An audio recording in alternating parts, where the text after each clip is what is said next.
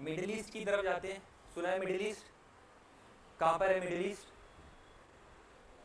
Middle east में कहाँ पर है? कुछ कंट्रीज के नाम बता दो मिडिल ईस्ट के। बॉइलिंग पॉइंट है हमेशा और अभी भी है boiling point. Oil producing countries और कुछ ईरान, अफगानिस्तान नहीं आएगा, वो तो सेंट्रल एशिया हो गया। अगर तुमने कजाकिस्तान लिया, तुर्की ठीक है, और मैपिंग हो गई है। इजराइल, जॉर्डन, सीरिया, ठीक है। So middle east continue boiling point है और ये तक माना जा रहा है कि वर्ल्ड वॉर 3 वहीं से स्टार्ट हो।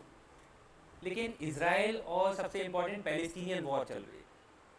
क्यों हो रहा है? Why they were fighting? Land के लिए कोई नहीं लड़ रहा है, जमीन बहुत है सबके पास जमीन। पता है क्यों लड़ रहे हैं? कल्चरल आइडेंटिटी के लिए। कल्चरल आइडेंटिटी के लिए लड़ रहे हैं कि अगर जूइस खत्म हो गए तो उनका कल्चरल खत्म, ठीक है। वहीं इस्लाम और मुस्लिम्स पैलेस्टीनियन वो भी इसीलिए लड़ रहे हैं कि हम अपने कल्चर को प्रोटेक्ट करके रखें, और उसके लिए एक जगह है जिसके लिए 3 रिलीजन लड़ रहे हैं देखा जाए तो।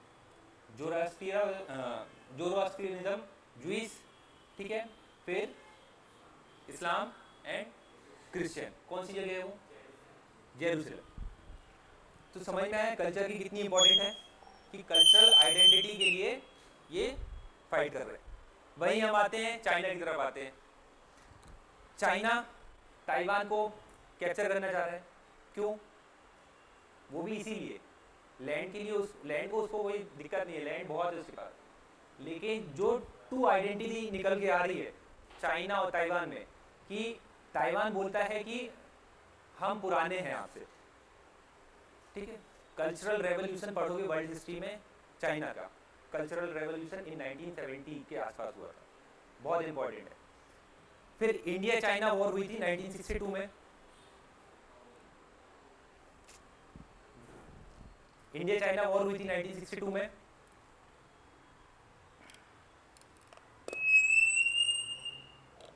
हेलो, 1962 की इंडिया चाइना वॉर है। क्यों हुई थी? लैंड के लिए नहीं हुई थी। दलाई लामा कल्चरल फिगर, ठीक है। क्यों? क्योंकि वो इंडिया में रेफ्यूजी बन के आ गए थे और यहाँ पे क्या एक गवर्नमेंट चला रहे थे, रेफ्यूजी गवर्नमेंट चला रहे थे। तो एक ओवरऑल समझ में आ रहा है कि दुनिया में जो भी वॉर चल रही है वो क्यों चल रही है? कल्चरल के कारण चल रही है। तो why culture is so much important. 2 realistic example दूंगा, बहुत इंपॉर्टेंट और मन खुश हो जाएगा तुम लोगों को। एक तो मैं बताता हूँ कि 2001 में, अगर सुना हो, आधे लोग पैदा भी नहीं हुए, ठीक। 2001 में इंडिया में सबसे डिजास्टर्स अर्थक्वेक आया था, Gujarat Bhuj, okay. Approx 20,000 people death and 4 lakh जो बिल्डिंग्स थी वो कोलैप्स हो गई। एंड अगर मैं बताऊं कि आज जितना इंडिया डेवलप्ड है उतना 2001 में नहीं था। तो इंडिया के लिए कहीं ना कहीं इकोनॉमिक, सोशल, सभी तरफ की प्रॉब्लम क्रिएट हो गई थी, इतना बड़ा अर्थक्वेक आना। क्या हुआ कि ह्यूमैनिटेरियन एड आई इंटरनेशनल। तो उस ह्यूमैनिटेरियन एड में सबसे बड़ा जो एड प्रोवाइडर था वो था हमारा यूएस, ठीक है। यूएस ने प्रोवाइड किया। यूएस के प्रेसिडेंट थे उस टाइम बिल क्लिंटन और हमारे प्राइम मिनिस्टर थे श्री अटल बिहारी वाजपेयी। तो अच्छी बॉन्डिंग चल रही थी। तो उन्होंने फूड प्रोवाइड और ये सब वेरियस टाइप से जो भी ह्यूमैनिटेरियन एड प्रोवाइड करना चाहते। एरिया क्या बताया मैंने आपको? भुज वाला एरिया। तो भुज वाला एरिया कहाँ पर है पता है आपको? ये वाला, ये, ठीक है। ये अहमदाबाद, बड़ोदरा, ये वाला है, सूरत, यहाँ पे ये भुज वाला एरिया। यहाँ पे सोमनाथ है, ठीक है। यहाँ पे द्वारकाधीश है, ये सब। तो इस रीजन में क्योंकि वो रन ऑफ का एक फॉल्ट लाइन क्रिएट होती है, सऊदी अरब तक जाती है ये फॉल्ट। तो यहाँ पे अप्रॉक्स 7.9 मैग्नीट्यूड का अर्थक्वेक आया, बहुत बड़ा अर्थक्वेक। जब इतनी डेथ हुई, अप्रॉक्स हमारे इंडिया के 50 IAS टॉप ऑफिसर्स डिप्लॉय किए गए। अमेरिका ने अपने हंड्रेड्स ऑफ चॉपर्स और हेलीकॉप्टर्स डिप्लॉय किए गए। क्यों डिप्लॉय किए गए? क्योंकि इंडिया को सपोर्ट करना था, फाइनेंशियली एंड सोशली। प्रॉब्लम ये हुई कि लोगों की उस टाइम डिमांड किस चीज़ की होगी? लोगों के तो कौन ख़त्म हुआ? कुछ किसी का भाई, किसी के मम्मी पापा, किसी का हस्बैंड, किसी की वाइफ, किसी के बच्चे ख़त्म हुए। तो डिमांड किस चीज़ की करेंगे लोग? फूड की। रिलीफ कैंप्स इंडिया ने चलाया। फूड की डिमांड होती है, फिर शेल्टर की डिमांड होती है, शेल्टर प्रोवाइड करना है, फिर रिलीफ, रिहेबिलिटेशन सेंटर्स और ये। लेकिन सडन और फूड कौन प्रोवाइड कर रहा था? US। लेकिन सडन ये जो डिमांड थी वो एक प्रोटेस्ट में बदल जाती। जो लोग, आप ये समझिए कि किसी का रिलेटिव खत्म हो गया है, कोई सगा खत्म हो गया है, लेकिन वो उस चीज़ पे दुख ना मना के गवर्नमेंट या US के खिलाफ प्रोटेस्ट कर रहे हैं। वाई? सोचो, कुछ है सोचने की? नहीं सुन। इसलिए प्रोटेस्ट कर रहे हैं क्योंकि जो ये वाला बेल्ट है ना, मैंने ये जो बताया जहाँ पे लोकेशन, ये वैष्णव बेल्ट कहलाता है। जय श्री कृष्णा सुना है? बोलते हैं गुजराती में ज़्यादा। तो ये जय श्री कृष्णा वैष्णव बेल्ट कहलाता है ये वाला।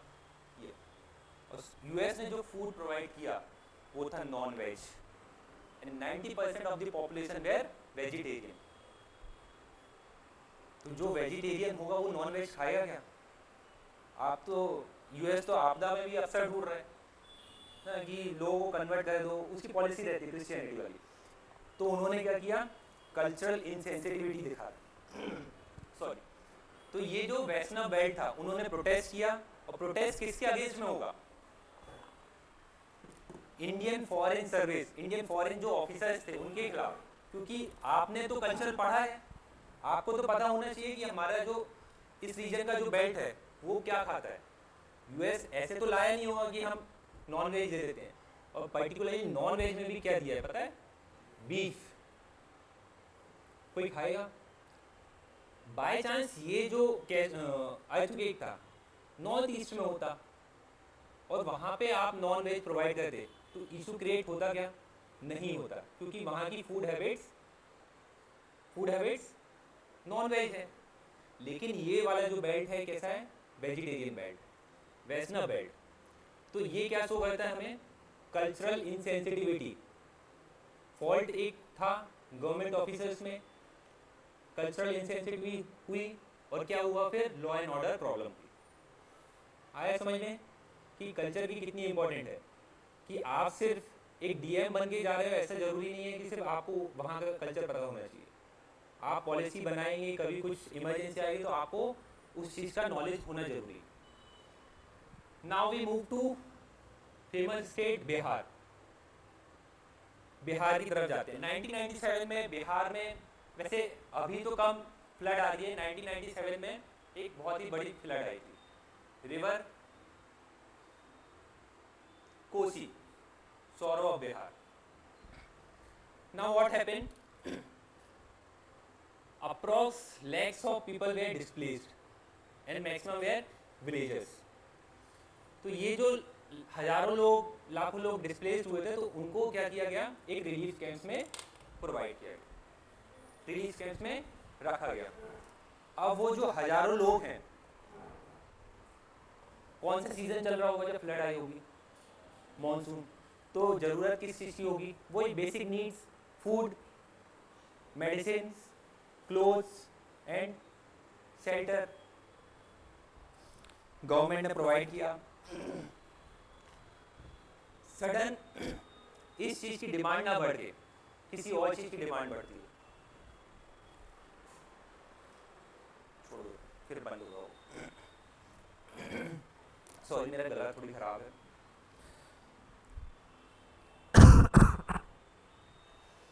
तो फूड, शेल्टर, मेडिसिन, एड, इसकी डिमांड ना होके एक अलग चीज़ की डिमांड की जा रही थी। वो भी पता है किसने की थी? वुमेन्स एंड गर्ल्स के द्वारा। डिमांड किसकी थी? सिंदूर। अचानक डिमांड सिंदूर की कैसे हो? एक चुटकी सिंदूर की कीमत तुम क्या जानो, आईएएस बाबू। नहीं, वो आईएएस बाबू ही है, ठीक है। जब आप आईएएस बनोगे तब आपको पता चलेगा ग्राउंड में क्या रियलिटी है। नो, ऐसा नहीं, बिल्कुल भी नहीं। छठ पूजा आने वाली है तो ऐसा नहीं। और कुछ? इसलिए सिंदूर की डिमांड बढ़ी। क्या था कि एक रिलीफ कैंप्स था, और रिलीफ कैंप्स में ऐसा तो है नहीं कि एक दिन 2 दिन के लिए आपको रखेंगे। जब तक फ्लड का वाटर बैक फ्लो नहीं हो जाएगा आपको अपनी जगह जाने नहीं देंगे रिलीफ कैंप्स। और उस जगह पे मैंने क्या बताया, हजारों लोग थे, अलग अलग गांव के हजारों लोग थे। तो हमेशा हम जानते हैं कि कुछ असामाजिक तत्व रहते हैं हर जगह। असामाजिक तत्व मीन्स इनसेंसिटिव पीपल, जो अपॉर्चुनिटी ढूंढते हैं। अब जो वुमेन्स गई थी वहां पे रिलीफ कैंप में, तो उनके पास सिंदूर तो होगा नहीं, तो वो लगा नहीं रही थी। तो ये कुछ सो कॉल्ड सोशलाइज पीपल जो माइंड से बिल्कुल पागल होते हैं, वो अपॉर्चुनिटी ढूंढ रहे थे। तो उन्होंने देखा कि ये महिला, ये वुमेन सिंदूर नहीं लगाई है, मीन्स इसका हस्बैंड मर गया, ठीक है, इसकी फैमिली नहीं है कोई भी, ये अकेली है। तो they started exploitation of womens. Womens का एक्सप्लॉयटेशन स्टार्ट कर दिया, यंग गर्ल्स का एक्सप्लॉयटेशन स्टार्ट हुआ, रेप्स, गैंग रेप्स, बहुत सारी चीजें होने लगी। तो इससे क्या हुआ भाई, एक पूरी सोसाइटी कोलैप्स हो रही है कि लोग कैसी भी सिचुएशन में क्यों ना अपॉर्चुनिटी ढूंढ रहे हैं, अपना फायदा निकाल रहे हैं ऐसे लोग। तो बहुत सारी ग्रुप्स ऑफ वुमेन्स इकट्ठी हुई, उन्होंने गवर्नमेंट को बोला कि आप खाना मत दीजिए, लेकिन हमें सिंदूर दीजिए। अगर हम सिंदूर लगाएंगे तो लोगों को लगेगा इनकी फैमिली अलाइव है, देयर हस्बैंड्स आर अलाइव, कोई ना कोई उनके पीछे है। और not only married women, unmarried girls also started using sindoor. तो अंडरस्टैंडिंग समझ में आ रहा है कि small commodity of a culture can save a life. अगर किसी की लाइफ बच रही है, और वैसे भी हम जानते हैं हमारे इंडिया में सिंदूर की क्या कीमत है, ऑपरेशन सिंदूर, ठीक है। वहीं सिंदूर नॉर्थ इंडिया में हम देखते हैं कि अगर कोई भी वुमेन सिंदूर नहीं लगाती है तो वो क्या सोचती है, मैं पाप कर रही हूँ, आई एम डूइंग सिन। और बिहार में तो वैसे भी ये कल्चर है। तो गेट इट, समझ में आया सिंदूर की क्या इंपॉर्टेंट है। Small community of a culture can save a life, can change our system. हाँ मैम, कुछ क्वेश्चन आया समझ में? ठीक है। नेक्स्ट मैं बात करूंगा एक और छोटा सा, क्योंकि मेंस में इस टाइप से पूछ सकते हैं कि कल्चर और इकोनॉमी का क्या कॉन्सेप्ट है, क्या रिलेशन है कल्चर इकोनॉमी। कल्चर इकोनॉमी सुना है कॉन्सेप्ट? कल्चर इकोनॉमी क्या होता है? इकोनॉमी जिससे हमारी कल्चर से चल रही, जो इकोनॉमी हमारी कल्चर से चल रही। एग्जांपल,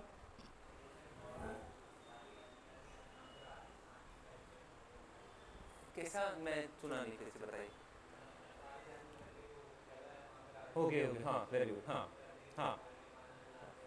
वो एक कौन सा कॉन्सेप्ट चल रहा है, वो वेडिंग, कौन सी वेडिंग होती है? Destination weddings. तो मैरिज हमारे यहाँ सबसे बड़ा इकोनॉमिक कल्चर है। और महाकुंभ, इकोनॉमी कितनी रन हुई है, कितने ट्रिलियन हमने कमाया है। और टेम्पल इकोनॉमी, ठीक है। Anything else? मैरिज जब स्टार्ट होती है तो एक सेक्टर से वैसा नहीं है कि ब्राइड और ग्रूम बस का काम होता है, वो ज्वेलरी शॉप, वो चांदी चौक के लहंगे, वो सब कंटिन्यू बिकना चालू हो जाते हैं, मेकअप और सब। तो ये पूरी साइकिल ऑफ इकोनॉमी चल रही है। तो हमारी जो इकोनॉमी है वो कैसी कल्चरल इकोनॉमी है। चाइना की जो इकोनॉमी रन हो रही है वो वर्ल्ड के कल्चर पर डिपेंड है। एक छोटी सी पिचकारी से लेके दिवाली की लाइट तक, चाइना ये कुछ सेलिब्रेट नहीं करता है, लेकिन वो बनाना चालू कर देता है कि लाइट एंड एवरीथिंग। तो कल्चर का कितना इंपॉर्टेंस है। आई होप यहाँ पे सभी लोग रिलीजियस होंगे, है रिलीजियस है थोड़ी बहुत कि नहीं है? कोई एथीस्ट है क्या? रिलीजियस होंगे। सुबह आते हैं तो कुछ पूजा पाठ करके आते हैं? नहीं करते, ठीक है। करते होंगे, सुबह इंसेंस स्टिक अगरबत्ती लगाते हैं। तो India is the largest producer and consumer of incense stick. Still we import, and from पता है कहाँ से इंपोर्ट करते हैं? वियतनाम से। कल्चर इकोनॉमी है, कोरोना में हम इंपोर्ट ही नहीं कर पाए, वियतनाम की इकोनॉमी कोलैप्स हो गई। पूरा एक गांव का गांव वहाँ पे ये अगरबत्ती बनाता है। अभी हम दिवाली आएगा तो हम क्या बोलेंगे? मेक इन इंडिया वो बनाएंगे क्या? दिए। तो हमारी इकोनॉमी रन हो रही है उससे। तो कल्चर इकोनॉमी का इम्पैक्ट समझ में आया क्या है?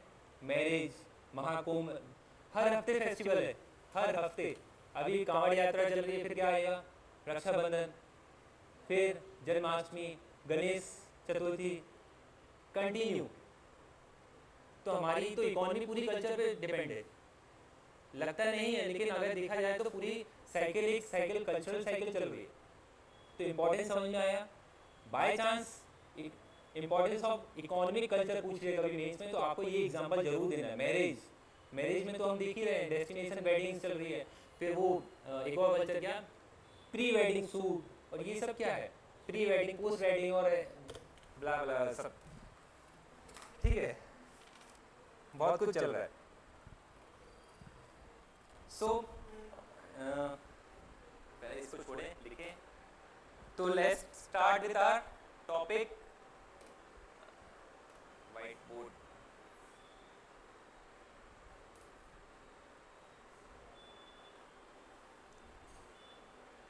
देखो मैं स्टार्ट तो कल भी कर सकता था, ठीक है, लेकिन अगर जब तक आपको बैकग्राउंड नहीं पता चलेगा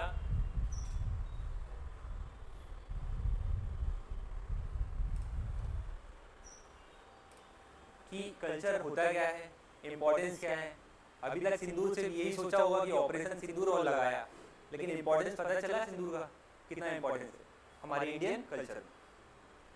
तो हम टॉपिक देखेंगे कौन कौन से हम पढ़ेंगे।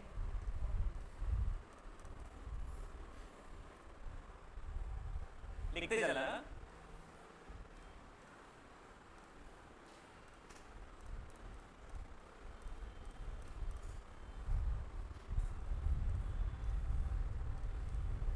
Architecture and sculpture,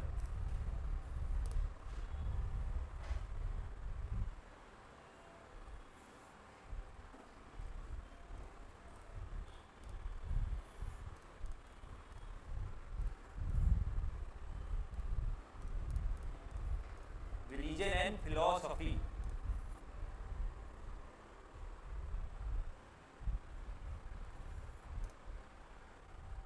classical dance आएगा पहले, इंडियन,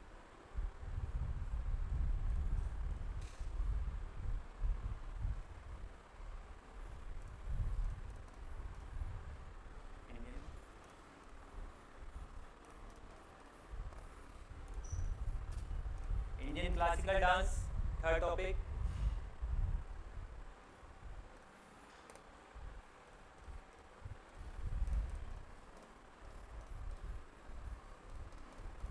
इंडियन क्लासिकल म्यूजिक,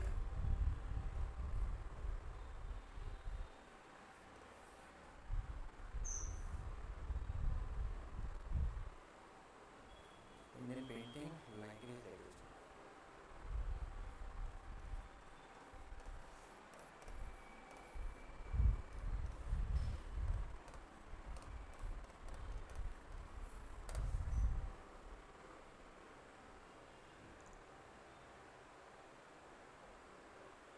देखिए। नेक्स्ट इंडियन पेंटिंग हो जाएगा नीचे, ये वाला, ये okay.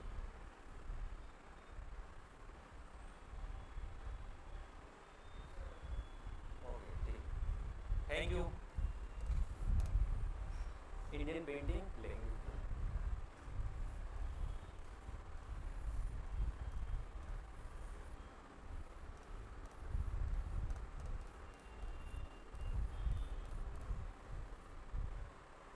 language and literature. And last topic is theater.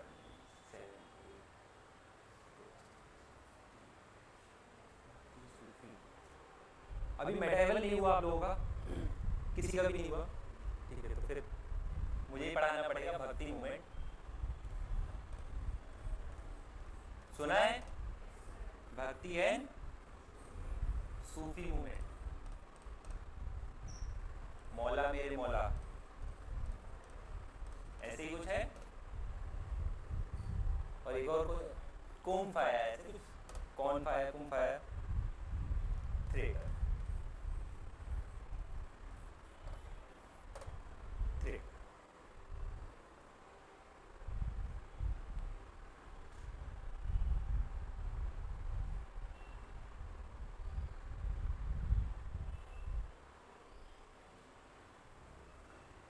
लिख लिया। 7 टॉपिक, सॉरी 8 टॉपिक्स, एक बड़ा, क्योंकि मेडाइवल में भक्ति मूवमेंट करवाना पड़ेगा, अदरवाइज ये मेडाइवल का पोर्शन है।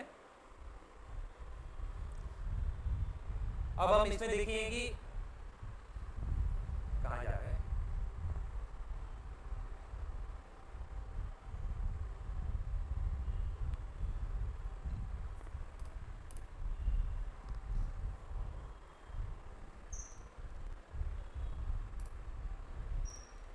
फिफ्टी 50% ऑफ सिलेबस यहीं से कवर है आपका, okay. 50% of syllabus architecture and sculpture से कवर हो जाएगा। एंड कल बताया था मैंने 2 फेवरेट टॉपिक्स हैं यूपीएससी के, कंटिन्यू पूछे जा रहे हैं। Which one? चोला, हाँ चोले का थोड़ी पूछेगा, और रिलीजन, फिलोसफी एंड आर्किटेक्चर। तो 50% तो सिलेबस यहाँ से कवर हो जाएगा आपका। सेकेंड इंपॉर्टेंट ये है, और फिर ये है पेंटिंग वाला। बाकी ऑल्टरनेट पूछे जा रहे हैं, कभी आ सकता है कभी नहीं आ सकता, लेकिन इसकी गारंटी मैं कंफर्म बोलूँगा कि कंफर्म आएगा ही आएगा। भला ही वो एक क्वेश्चन ही आया, जैसे लास्ट ईयर एक ही क्वेश्चन आया देखा जाए तो, लास्ट ईयर सॉरी इसी साल, ठीक। तो स्टार्ट करें। पहला टॉपिक कौन सा? वहीं से स्टार्ट हो। लिखो आर्किटेक्चर एंड स्कल्पचर, पहले हेडिंग डालो।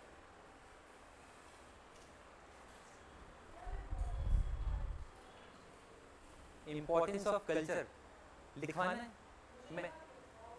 मैं सिर्फ समझाने के लिए था, अगर लिखवाना है तो मैं लिखवा सकता हूँ।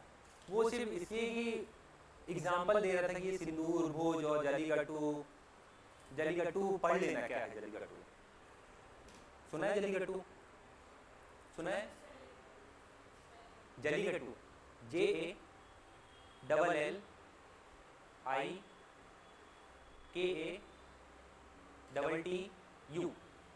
Jallikattu festival of Tamil Nadu.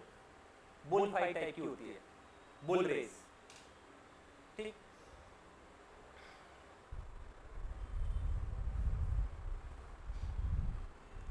Heading डालो आर्किटेक्चर एंड स्कल्पचर, उसमें हम पहले चार्ट बनाएंगे। कौन सा? आलू। सबसे पहले स्टार्ट करेंगे हम एंशिएंट हिस्ट्री से।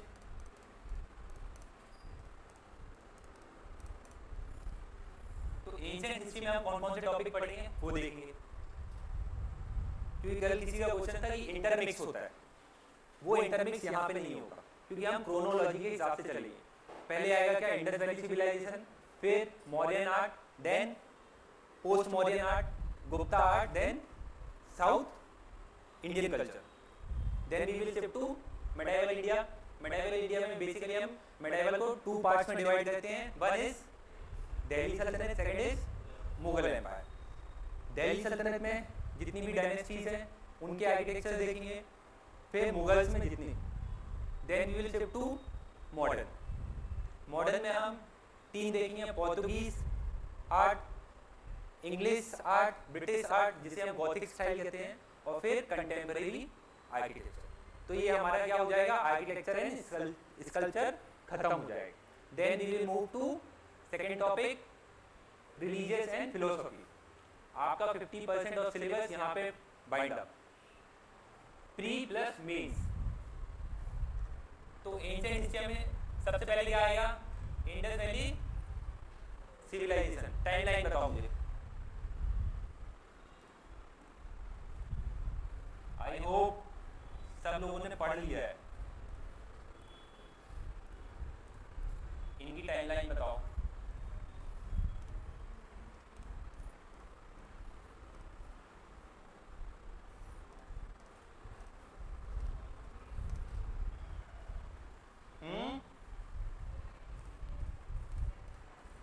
आईबीसी में कितना, 26 से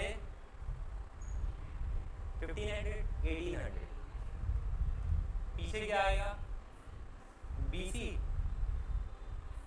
बीसी कॉन्सेप्ट पता है, बीसी वाला, बीसी वाला। बीसी का फुल फॉर्म पता है, फॉर्मल वे में, ठीक है, इनफॉर्मल में नहीं पता है, ठीक है। हाँ, बीसी का कॉन्सेप्ट पता है, ठीक। हाँ, भावना में नहीं बहना है ना। यहाँ बताइए, मॉडर्न आर्ट 321 से 183 182 183 182 है, 183 है, 2 है BCE। Then post modern 200 BCE से 200 CE। Most important post modern. Then Gupta period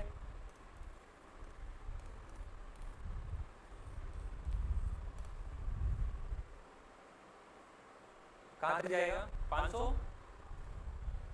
कितना जाता है, 500 550 C। एंड लास्ट कौन सा है, साउथ।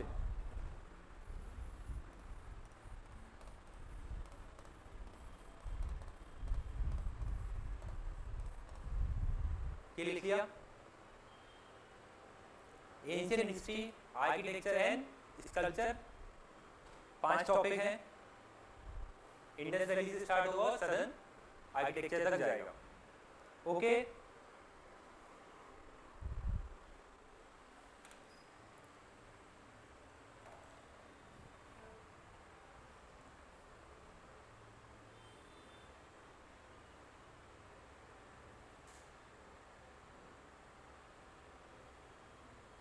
विजिबल है, हैंडराइटिंग विजिबल है, ज़्यादा अच्छी तो नहीं लग रही है कि खराब करूँ और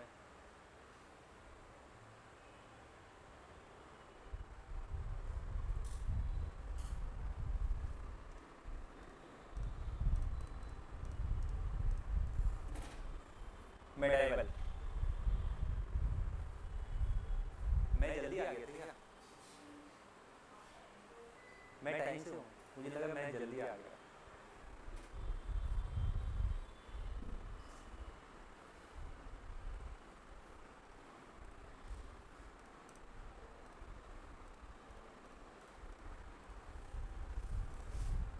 दिल्ली सल्तनत एंड सेकेंड इज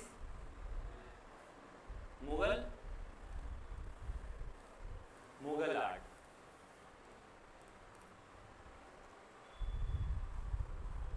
दिल्ली सल्तनत आर्किटेक्चर को भी हम 2 पार्ट्स में डिवाइड करेंगे। फर्स्ट, जो इंपीरियल आर्किटेक्चर होगा, जो दिल्ली के आसपास ही डेवलप होगा, ठीक है, जो कौन करेगा, दिल्ली के सुल्तान, दिल्ली सुल्तान build. And second is provincial art. जब दिल्ली सल्तनत चल रहा था तो उस टाइम कुछ प्रोविंसेस में रूलर्स भी थे, जैसे मालवा। कोई मांडू गया है, मांडू गए, देखा आर्किटेक्चर, क्या देखा है, खंडर। तो फिर जाम गेट में क्या देखा, फर्स्ट स्लेव डायनेस्टी।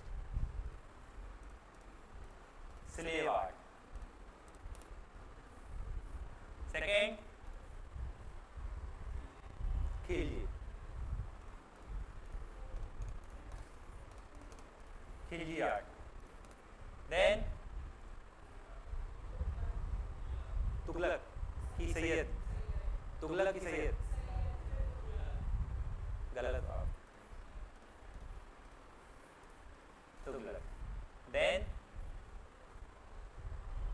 लोधी से पक्का याद है, सैयद,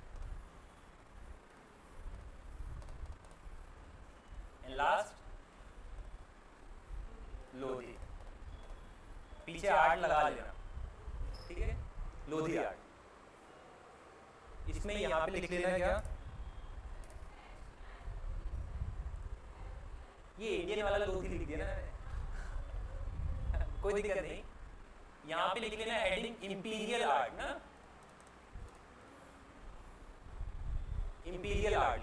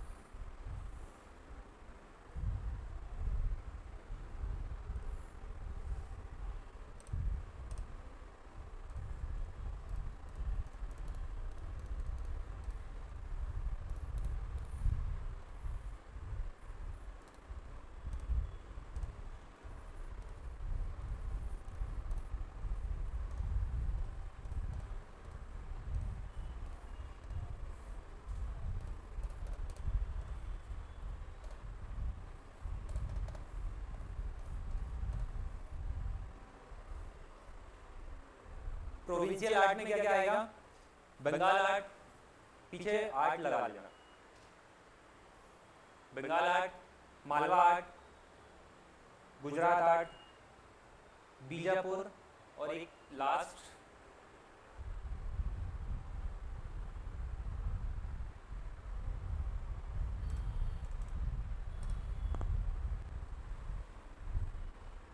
जौनपुर,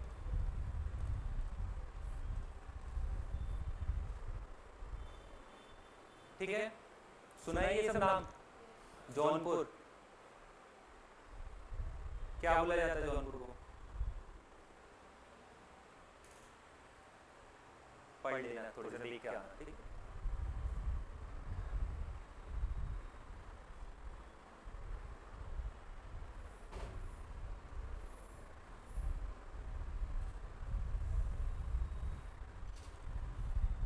मुगल आर्किटेक्चर कहां से स्टार्ट होगा,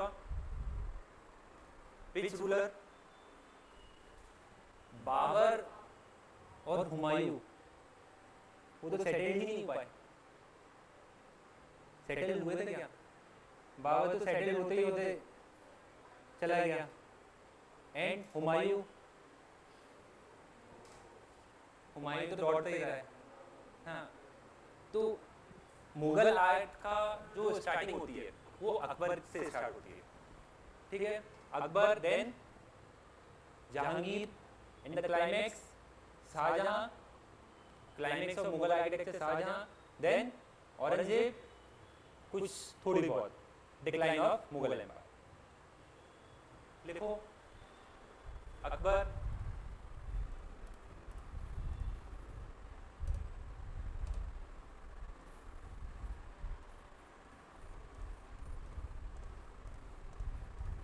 जहांगीर,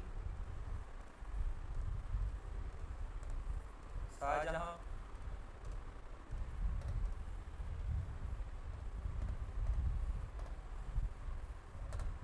औरंगजेब, सेम चीज कहां पे, इंपीरियल आर्ट, इंपीरियल आर्ट इसमें भी होगा, यहाँ पे हेडिंग, क्योंकि ये जो इन्होंने जहां पे भी आर्किटेक्चर वो डेवलप किया वो कहां पे किया, अपनी कैपिटल के आसपास, आगरा, लाहौर, दिल्ली, तीन ही कैपिटल इनकी, आगरा, लाहौर, दिल्ली, तो वहीं पे रहेगा, लेकिन कंटेम्परेरी कुछ रूलर्स थे, कुछ डायनेस्टीज थी, जैसे प्रोविंशियल में बताओ। सिख सुना है? सिख, सिख आर्ट। सिख में क्या बना था इस टाइम पे? Famous golden temple, gurdwara, Sikh art. Then Rajput, Rajput art. और क्या है?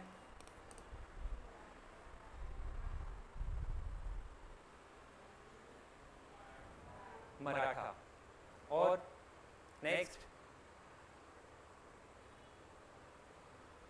है कुछ?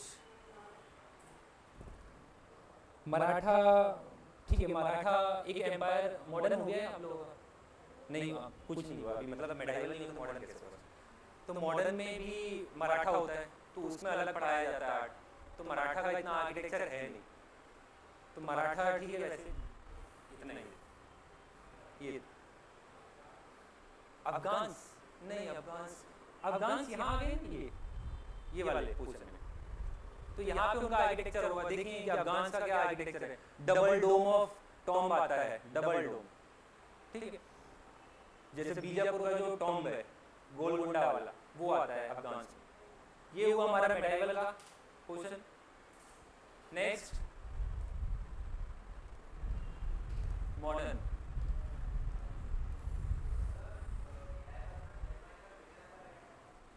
वो साउथ इंडियन आर्किटेक्चर में टोटल आ जाएगा। हाँ, उसमें कवर करेंगे, उसमें पूरा, क्योंकि सिर्फ विजयनगर एम्पायर उसमें आएगा, किसमें? साउथ इंडियन आर्किटेक्चर में। और जो विजयनगर एम्पायर है उसमें सिर्फ टेम्पल आर्किटेक्चर है, बाकी कुछ भी नहीं है। तो 2-3 चीज़ है वो आपको मैं अलग से बताऊंगा, कल्याण मंडप और वो सब। पहला है पोर्तुगीज, ठीक है। पोर्तुगीज आर्ट, इसे बोला जाता है Iberian art, Iberian style.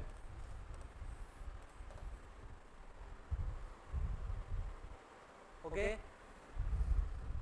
Second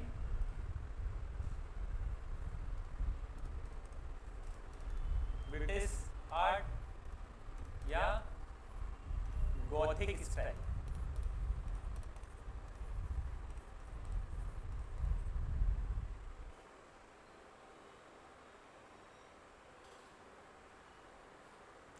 and last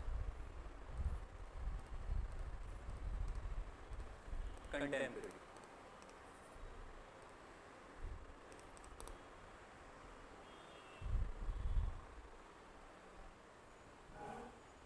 contemporary Indian style लिख लेना।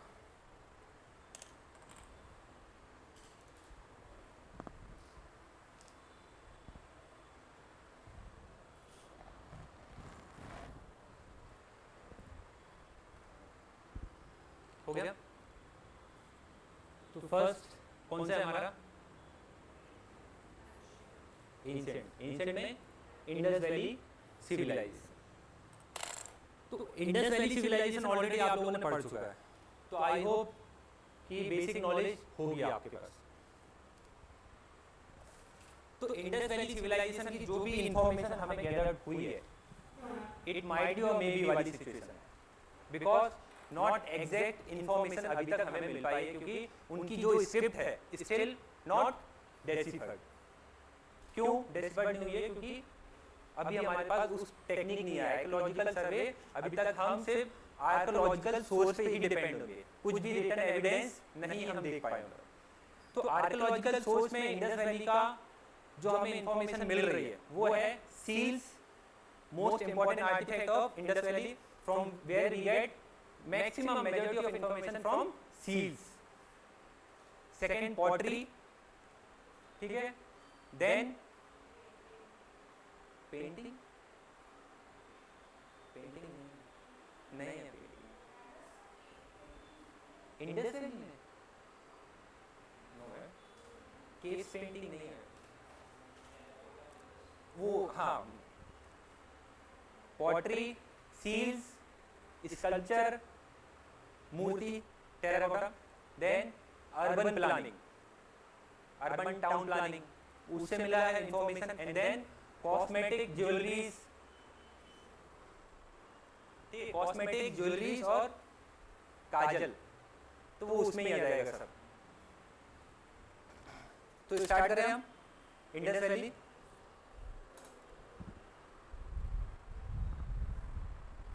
तो first topic is Indus valley civilisation.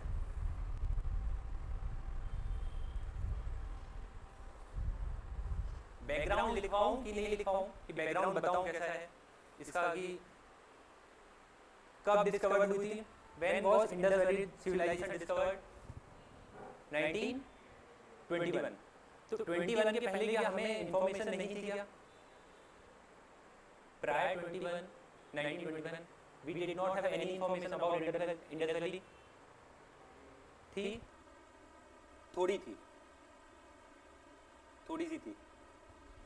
1830s के आसपास जब ब्रिटिशर्स ऑल इंडिया इस अफगानिस्तान वॉर और यहाँ पे पूरा चले गए थे, पंजाब वाला पोर्शन कैप्चर कर लिया था, तो क्या होता है 1853 के आसपास सॉरी, तो 1853 के आसपास क्या होता है, रेलवे लाइन सेटअप होना स्टार्ट होती है हमारे इंडिया में। तो कुछ जब रेलवे लाइंस ट्रैक बिछाए जाते हैं तो क्या होता है, डिगिंग की जाती है रोड की। तो डिगिंग में क्या हुआ, कुछ ब्रिक्स मिले, लेकिन उस टाइम के जो जॉन मार्शल थे, इंग्लिश ऑफिसर, उन्होंने इग्नोर कर दिया कि कुछ भी नहीं है, ऐसा ही नॉर्मल, बिल्कुल शॉर्ट में बता रहा हूँ। लेकिन 1860 के आसपास क्या होता है कि लाहौर से कराची के लिए पूरी एक रेल लाइन बिछाई जाती है। फिर से अलेक्जेंडर कनिंघम आते हैं, archaeological survey of India setup होता है ASI 1861 में। उसके पहले हेड कौन बनते हैं, अलेक्जेंडर कनिंघम।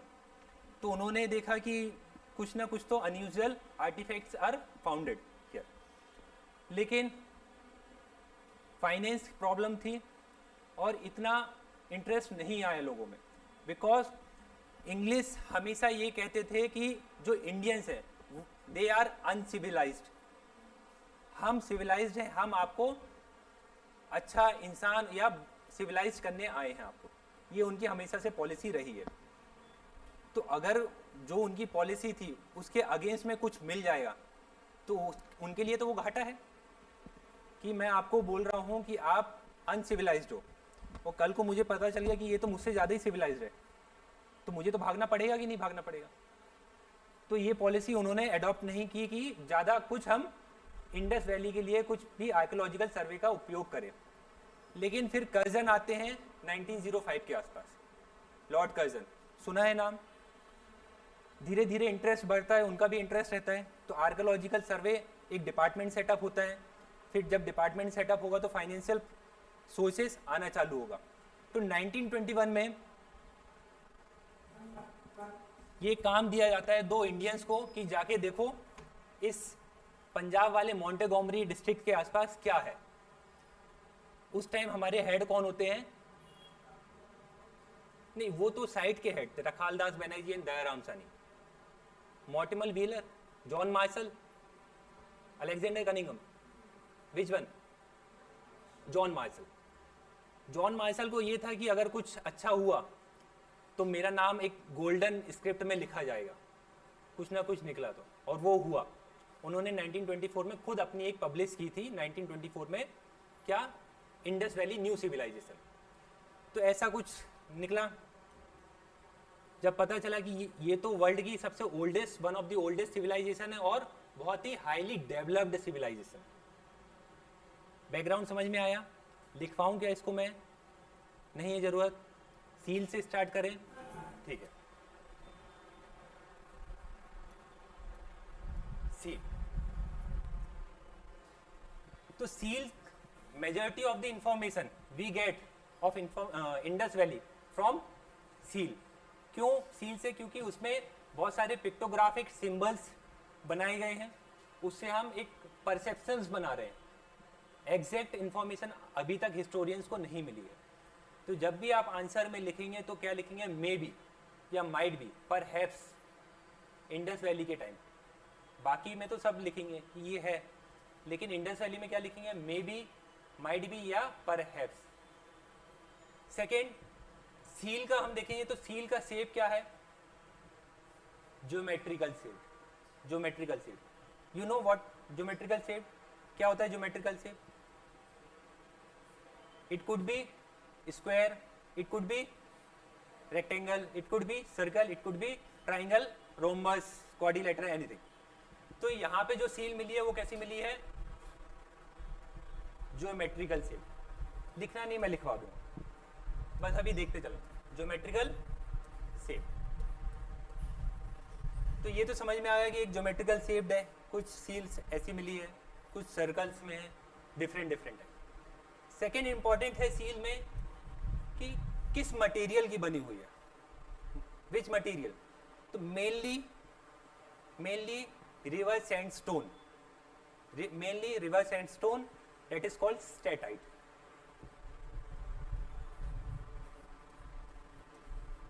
बता रहा हूं क्या होता है स्टेटाइट। कभी भी रिवर बैंक के आसपास देखा छोटे छोटे सॉफ्ट स्टोन मिलते हैं, गए हो, छोटे छोटे स्टोन्स मिलते हैं, मन किया तो उसी से कपड़े धो लेते हैं, ठीक है, वही होता है रिवर सैंडस्टोन, उसे कहते हैं हम स्टेटाइट। ओके,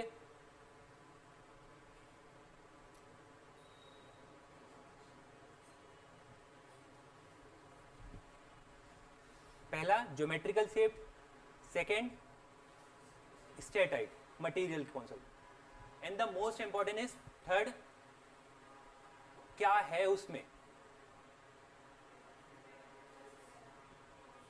फिगर्स है। तो पिक्टोग्राफिकल रिप्रेजेंटेशन क्या है, पिक्टोग्राफिकल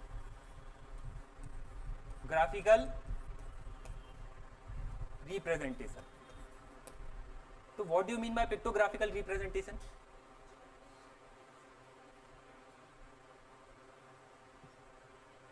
क्या होता है पिक्टोग्राफिकल रिप्रेजेंटेशन?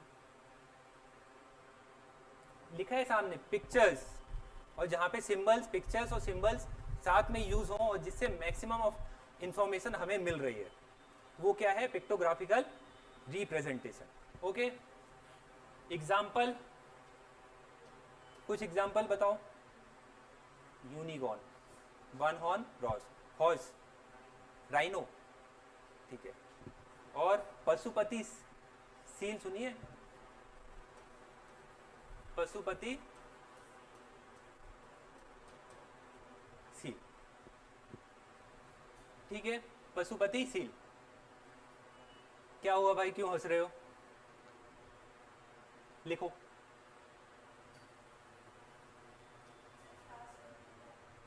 ग्यारह बजे तक बोरिंग लग रहा है क्या? ऐसा लग रहा है तो चलो मैं सीन्स दिखाता हूँ, ठीक है।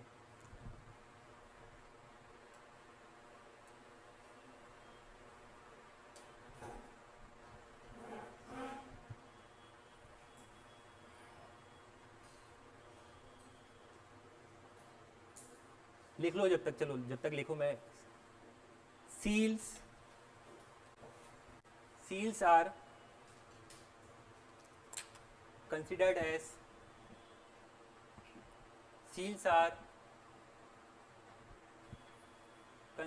as most important artifact। पता है आर्टिफैक्ट क्या होता है? आर्ट, कुछ भी आर्ट, और पीछे क्या है, फैक्ट। तो ऐसा आर्ट जो हमें फैक्ट बताता है, ऐसा आर्ट जो हमें इंफॉर्मेशन दे रहा है। ओके,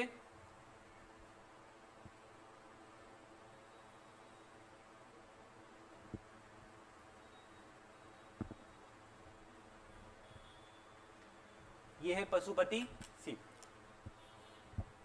कहां थे? Most important artifact found from Indus town. till this date we have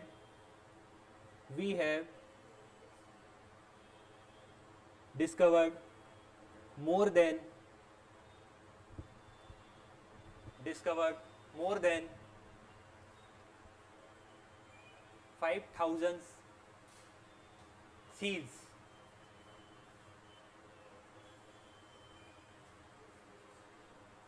लिख लिया. Seals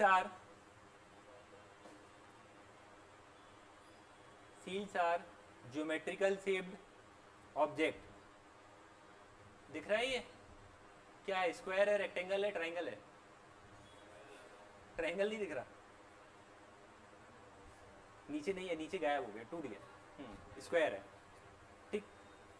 geometrical shaped object mainly made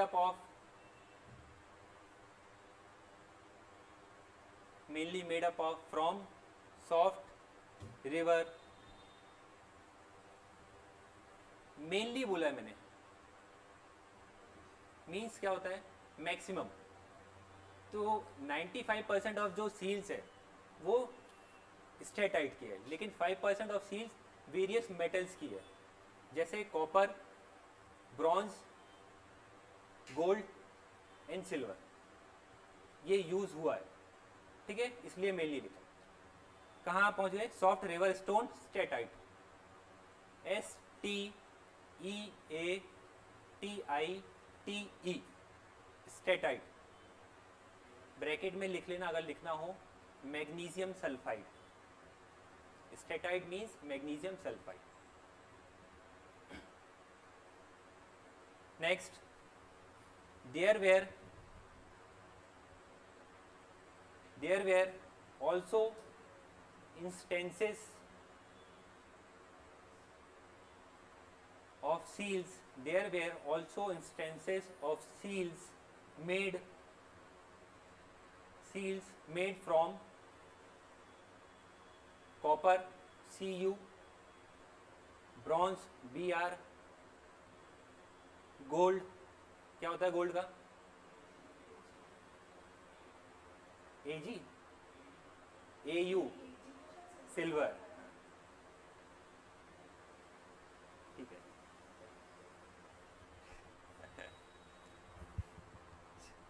next, seals were pictographic in nature.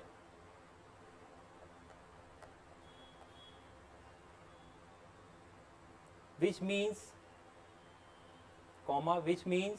a good number of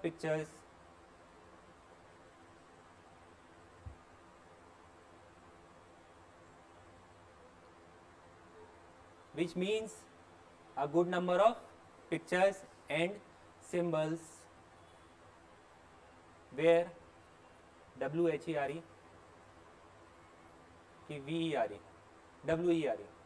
were created on seals.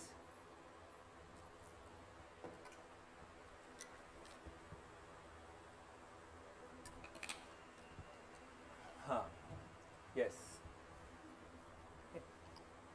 आए समझ? Example बताऊं कि bore हो रहे हो? बता दूं? चलो इसी में देखते हैं. ये दिख रही है सील. क्या इन्फरेंस निकला हिस्टोरियंस ने कि ये जो सील है एक मेडिटेटिव पोजीशन में है, कि योगिक पोस्चर है.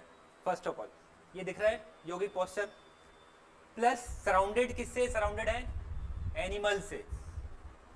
टाइगर, बुल, राइनो, एलिफेंट, और यहाँ पे एंटीलॉप्स, डियर. ओके. पहला क्या है? Yogic posture. Second, surrounded from animals. तो क्या शो कर रही है? पशुपति. वैदिक में हिस्टोरियंस को एग्जैक्ट तो इन्फॉर्मेशन नहीं थी कि ये सील क्या शो कर रही है, लेकिन इसके बाद कौन सा पीरियड आता है? वैदिक पीरियड.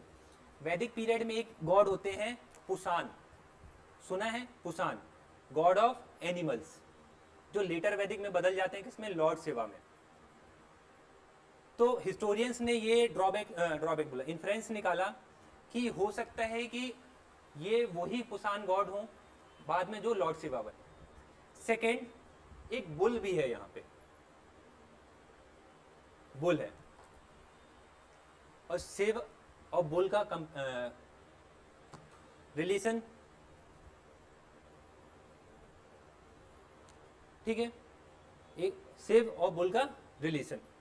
तो पहला तो ये समझ में आया कि ये लॉर्ड शिवा हैं, जिसे हम आदि शिवा या प्रोटो शिवा कह सकते हैं। आया समझ में? सेकंड ये कि योगिक पोस्चर में तो हो सकता है वहां पे योगिक एक्सरसाइज के बारे में लोग जानते होंगे, तभी तो पता है। और एनिमल्स सराउंडेड है, means cohabitation of society. Cohabitation सुना है? कोहैबिटेशन वर्ड क्या होता है? कोहैबिटेशन जहां पे ह्यूमन बींग्स, एनिमल्स, इन्वायरमेंट सब एक साथ रह रहे हैं। हम कहते हैं ना, respect nature, nature will respect you. तो वही चीज यहाँ पे शो कर रही है कि वो पूरे इन्वायरमेंट, पूरे कोहैबिटेशन दिखा रहा है। आया समझ में? क्या है ये सील, क्या बता रही है हमें? हिस्टोरियंस ने क्या डिसाइड किया कि ये एक तो प्रोटोसेवा है due to god of animals और सराउंडेड बाय एनिमल्स। कोहैबिटेशंस दिखा रहे हैं, कोहैबिटेशन ऑफ सोसाइटी उस टाइम चलती होगी। और योगिक पोस्चर, ठीक है। नेक्स्ट है एक सील, ये है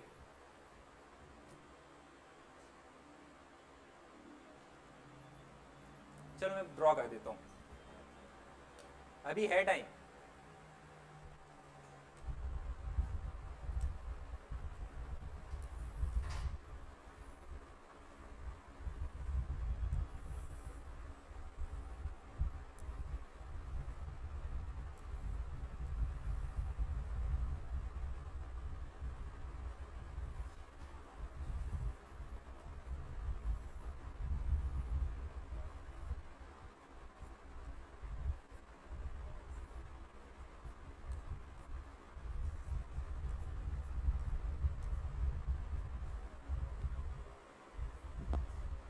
एक सील इस टाइप की कुछ मिली है, ठीक है। क्या है वो लीव्स? किस चीज की लीव्स दिख रही है? नहीं नहीं, वो मैम वो मदर गॉडेस वाली है जो आप बता रहे हैं। हाँ। ये कुछ लीव्स किसके? पीपल ट्री टाइप की लीव्स दिख रही है, पीपल ट्री। और यहाँ पे अभी तक कुछ समझ में नहीं आया कि ये दो क्या है। मुझे तो फिश लगती है, लेकिन हिस्टोरियंस ने अभी तक कुछ भी बोला नहीं है कि ये क्या है।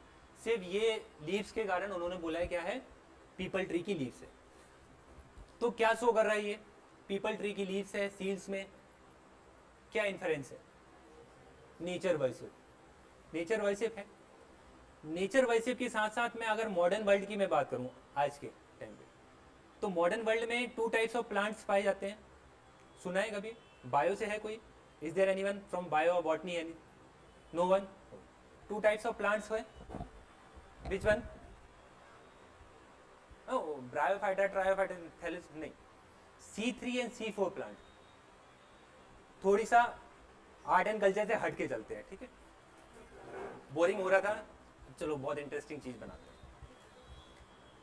तो मॉडर्न वर्ल्ड में साइंटिस्ट ने 2 टाइप्स ऑफ प्लांट्स बताए। एक होता है C3, एक होता है C4 प्लांट्स। सुनना, ठीक। तो C3 प्लांट्स कौन से होते हैं और C4 plants? C3 plants 85% of पूरे प्लांट्स में C3 प्लांट्स हैं पूरे वर्ल्ड में। रिमेनिंग कितना बचा? 15%। कौन से हैं वो? C4। C क्या है इसमें? Carbon cycle metabolism. अरे मत लिखो, ये तभी तो बोला हटके है भाई। अरे दिमाग में सोचो ना, क्या है? इतना इजी बता रहा हूं, आएगा ही नहीं, आएगा ही नहीं। जनरल नॉलेज, हाँ इसलिए, लेकिन उसको दिमाग में रखो। C3 C4। C3 85% ऑफ पूरे वर्ल्ड में जितने ट्रीज हैं, प्लांट्स हैं, सब C3 है। और C4 15%। C3 वो प्लांट्स होते हैं जिनमें 3 कार्बन साइकिल मेटाबॉलिज्म होती है। And C4 plants are dead where 4 carbon cycle metabolism होती है। आई होप आप लोगों को पता होगा, 10th में पढ़ के आए कार्बन साइकिल क्या होता है। कार्बन साइकिल पढ़ा है? ठीक है, चलो इतना ही याद रखो। C3 C4 जो C3 प्लांट्स होते हैं, they release oxygen in day time only. Got it? हमें पता है प्लांट्स ऑक्सीजन रिलीज करते हैं, लेकिन the C3 plants release oxygen in day time only, but C4 plants they release oxygen in both day and night. Importance यहां समझ में आया? In this C4 plant is people, बरगद, पीपल, बरगद, grass, ये C4 प्लांट्स कहलाते हैं।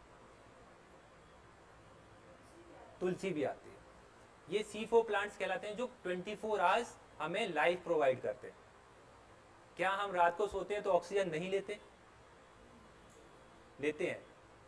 तो जरूरत है रात को ऑक्सीजन की? नहीं है ना? तो that's why Indus valley people को, लोगों को साइंटिफिक नॉलेज था, हमसे ज़्यादा था, आप लोगों से ज़्यादा था कि C3 क्या होता है, C4 क्या होता है। दैट्स वाई, और हम जानते हैं कि मैक्सिमम रिलीजन में पीपल की वर्शिप की जाती है। हिंदू हो, मुस्लिम्स हो, हर जगह पीपल की वर्शिप की जाती है। इंपॉर्टेंस पता चला पीपल ट्री का? तो दे वर्शिप पीपल ट्री। ऐसा नहीं कि वर्शिप के लिए, उन्हें साइंटिफिक नॉलेज था उस चीज के बारे में कि पीपल कितना इंपॉर्टेंट है, और जो इंपॉर्टेंट है उसकी तो हम वर्शिप करते ही है। नेचर, कुछ टाइम पहले ही बताया था, we respect nature, nature will respect you. समझ में आया पीपल ट्री का? लिखना है क्या इसको? ठीक है, एक और, अभी टाइम है अभी टाइम। और कुछ इंटरेस्टिंग बताऊं क्या? चलो एक बिल्कुल हट के चलते हैं। बुल, यहाँ पे बुल भी है ना? बुल की इंपॉर्टेंस पता है कितनी है? ऑडिबल नहीं है। हाँ, नहीं, मैं इससे बिल्कुल हटके बात कर रहा हूँ। अच्छा, हम्पलेस होता है बुल? अच्छा, हाँ, वो ठीक है, मैं अलग से बात कर रहा हूँ। बुल की इंफॉर्मेशन बताता हूँ मैं आपको। वो जो आप हम्पलेस वाले है ना, वो बताऊंगा मैं कल, क्योंकि अभी बोर हो गए हो। तो बुल की इंपॉर्टेंस ऐसी है कि बुल इंडस वैली में भी था, वैदिक में भी था। वैदिक में एज एग्रीकल्चर प्रैक्टिस में यूज किया जाता है। फिर महाजनपद में उसका डेपिक्स कॉइन्स में आने लगा, फिर मौर्यंस में भी आने लगा, फिर ऐसे पूरे कंटिन्यू। आज इंडिया में भी बुल की बहुत रिस्पेक्ट है, कंटिन्यू चला है बुल की रिस्पेक्ट। पता है क्यों? बुल दिखाता है असेंडिंग। बुल क्या शो करता है कि आप कहीं पे प्रोग्रेस कर रहे हैं। शेयर मार्केट में दो चीज पड़ी है, बुल और बेयर। जब शेयर मार्केट राइज होता है तो बुल होता है, और जब शेयर मार्केट डाउन होता है तो क्या होता है? बेयर होता है। ठीक है। नेशनल मूवमेंट के टाइम में एक मेजर पार्टी थी हमारी इंडिया की, कौन सी थी? Indian national Congress. उसका सिंबल क्या था टिल 1967 तक? बुल। पता है किसी को? बुल था सिंबल। और बुल का एस्ट्रोनॉमी में भी बहुत इंपॉर्टेंट रोल है। जो जिसकी राशि या जिसमें बुल का सिंबल रहता है ना, उसको दिखाता है कि प्रोग्रेस हो रहा है। देख लेना आप, बैल एल तो नहीं हो गई, ठीक है। तो 1967 तक कांग्रेस का सिंबल क्या था? बुल। और 1967 से क्या होता है, एक हाइपोथेटिक मैं बता रहा हूँ आपको, हो सकता है ऐसा हुआ हो बुल के कारण कि 1967 में अचानक कांग्रेस ने अपना सिंबल चेंज कर लिया। ठीक है। और क्या ले आया? हाथ का पंजा। और इसमें, उस पंजे में तो लकीर ही नहीं है। जब लकीर नहीं है तो किस्मत क्या होगी? ठीक है। और वहां से कांग्रेस का डिक्लाइन होना स्टार्ट हुआ, एंड रेस्ट इज हिस्ट्री। आज भी पता है क्या हो रहा है। तो बुल की इंपॉर्टेंस बहुत है। अकबर को पता चला था कि बुल एंशिएंट टाइम पीरियड से चला आ रहा है, जो हमारी प्रोग्रेस दिखाता है। तो इनिशियल टाइम में अकबर को बहुत डिफिकल्टीज हुई थी अपने एम्पायर को सेटअप करने के लिए। तो उसने अपने एम्पायर के बाहर बुल का स्टैचू बनवा के रखा। और वो बुल क्या शो करता है? मैंने क्या बताया? प्रोग्रेस। ठीक है। तो समझ में आया बुल की इंपॉर्टेंस क्या है आज भी? हाँ, बिल्कुल। तो मैं क्या बताया कि सभी रिलीजन में बुल का बहुत इंपॉर्टेंट, बुद्धिज्म में भी आएगा अभी बुल का इंपॉर्टेंस। हम जब स्तूपा आर्किटेक्चर पढ़ेंगे तो बुल के बारे में पढ़ेंगे क्या है। ओके, कुछ गया दिमाग में? Doubt? Any doubt regarding bull बैल जो भी हो? समझ में आ रहा है कि नहीं आ रहा है, पहले ये बताइए, फिर आगे मैं प्रोसेस बढ़ाऊं अपनी। नहीं आ रहा आपको? मैं आपको पीछे मैम क्या आया समझ में? Bull, any doubt? ये जो मैंने आज पढ़ाया है थोड़ी सा, इसको थोड़ी सा देख लेना, 24 आवर्स के अंदर 2 बार देख लेना बस, क्योंकि वरना ये बाउंसर होके निकल जाए। अभी जाएंगे घर, रूम जाओगे, एक बार देख लेना, सुबह आने से पहले फिर एक बार दिमाग में रहे, ठीक है? आप सोचोगे कि बाद में करेंगे तो बहुत फिर मुश्किल हो, अभी और बढ़ेगा प्रेशर, और बढ़ेगा, इंटरेस्टिंग होगा। अब वो डिपेंड करता है आप लोगों का इंटरेस्ट कैसा है। अभी टाइम है टाइम है, हो गया टाइम, लिखना है, चलो लिखो तो।